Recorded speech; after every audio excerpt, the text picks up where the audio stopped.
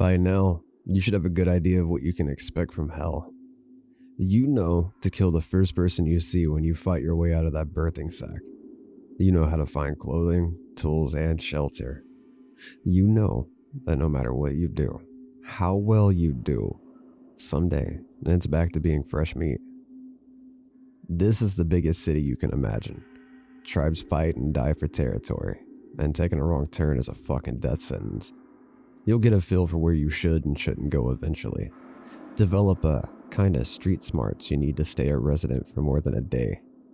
Even so, there are places in this that you should know about. Let's do a little sightseeing tour of hell. Maybe the advance warning will do you some good.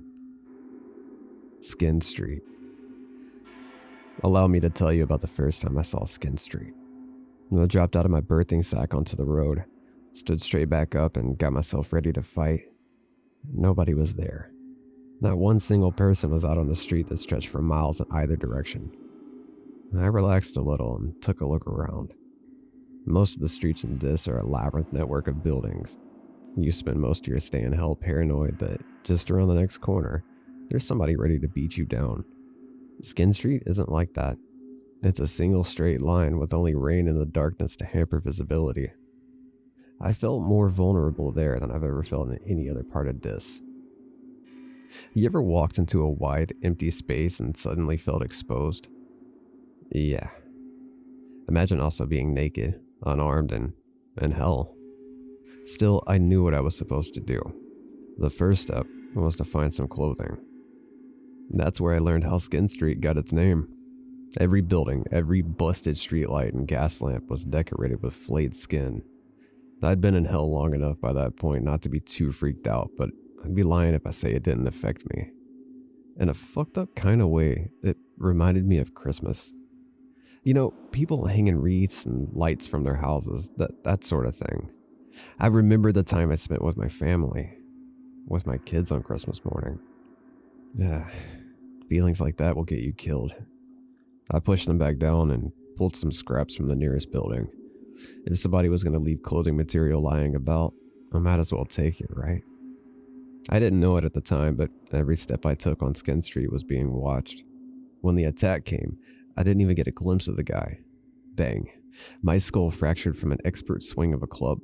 Whoever hit me went from my eyes the second I hit the floor, stuck his fingers right into my sockets. I was blind and crying like a baby when he started to peel away my skin. Here's the thing. Some people are fucked up even by hell standards. The loners, serial killers, stalkers, and psychos all make their way to Skin Street in the end. Most of the damned use the whole body of a kill, but the Skin Street people like to take trophies. They leave their ornaments out as bait for the ignorant, skulking in the shadows and waiting for their best moment to ambush. If you find yourself on Skin Street, you're gonna have to think fast. Forget clothing. Just grab a rock, piece of wood, or anything that you can use as a weapon. Stay out of the shadows, keep checking behind you, and get out of there as quickly as you can. Perdition Farms. You're going to be chased in hell. That's unavoidable. At some point, you'll stumble into somebody bigger than you, or you'll find yourself outnumbered. Forget about a fair fight. If somebody can take you down without you fighting back, you bet that's what they'll do. It's easy to lose focus when you're running for your life. You can forget to pay attention to your surroundings. That, my friend, is a big mistake. The outskirts of Perdition Farms are littered with billboards. They promise free food and safety to anybody fucking stupid enough to believe them. The tribes that fight over that particular territory like to herd people off of the streets and into the industrial complex they call home. The good news is that those tribes won't kill you. The bad news is that they're a big fan of taking people alive. They've got a project, you see. Been working on it for as long as I can remember. I couldn't tell you who originally decided that hell should have organized food production, only that the idea stuck, and that over the years, countless tribes have taken it upon themselves to try and make that dream a reality. Get yourself captured by them, and you can look forward to a bit of slave labor. For the most part, the Perdition Farm tribes try to make use of the birthing pods as a source of food. They force their slaves to harvest them from the walls, grind them up in industrial fats, Mix them with blood, body parts, rainwater, and anything else that can conceivably make a broth. The life of a slave is short, brutal, and disgusting, particularly when those slaves are then used for guinea pigs for the latest concoction.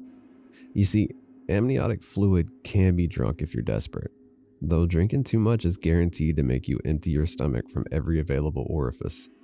The flesh of the sacs is a different matter, though. I couldn't tell you what exactly the birthing sacs are. Some people say they're actual flesh, while others swear they're more like a fungus.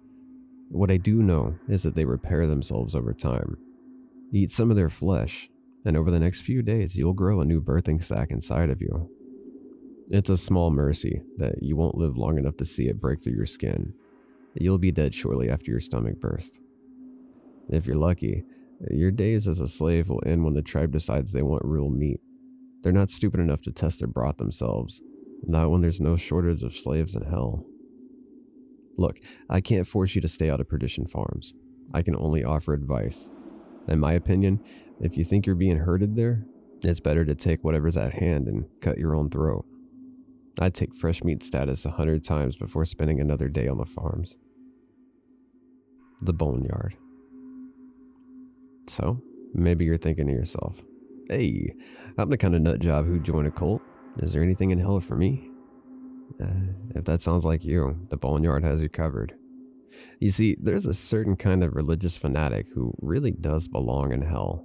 And I'm not talking about the old dears who bake cakes to raise money for the new church roof here. I'm talking about the guys who went to war because God commanded it, who burned women for supposedly consorting with demons, and who saw nothing wrong with fucking the odd kid. When those people get to hell, they're too thick-headed to make sense of what happened. Why face reality when you can pretend it's all just a test of faith? They find like-minded folk here in the Boneyard. I'm told that at one time, the Boneyard was a cathedral surrounded by a cemetery that stretched from horizon to horizon. Maybe that's true. I don't know. These days, it's a shanty town of temples and churches built from materials scavenged from the streets. And everywhere you look, you'll find wide-eyed zealots preaching their own twisted version of redemption, and gangs of masked men on the prowl for fresh converts. Mortification of the flesh is a main pastime in the Boneyard. If you listen to the cacophony of sermons, you'll be informed of how the flesh is wicked and must be purged of sin.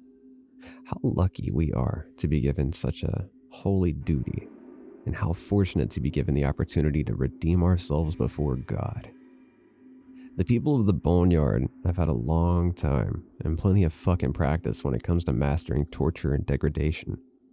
I'm not a good person. I've killed, raped, and cannibalized, but I can honestly tell you I have never been able to dream up some of the shit that goes on in the Boneyard. I wandered in there by accident once, and I've never been able to get what I saw out of my brain. I watched a woman, naked and bound, forced onto her knees and violated with iron rods. A preacher sewed his own eyes and lips shut in front of a crowd before sawing off his manhood with a piece of slate. A boy of maybe 14 was publicly crucified. A girl was drowned in shit. An older man had sharpened flint pushed under his fingernails. I could list 100 of other atrocities done in the name of redemption. Just stay out of the Boneyard. The people there decided that hell just isn't hellish enough for their liking. Forget about redemption. Forget about God. The only way out of hell is by riding a pillar of fire and taking over a living body. Focus on that if you want to escape. The damned can't offer you salvation. The damned can only offer you pain.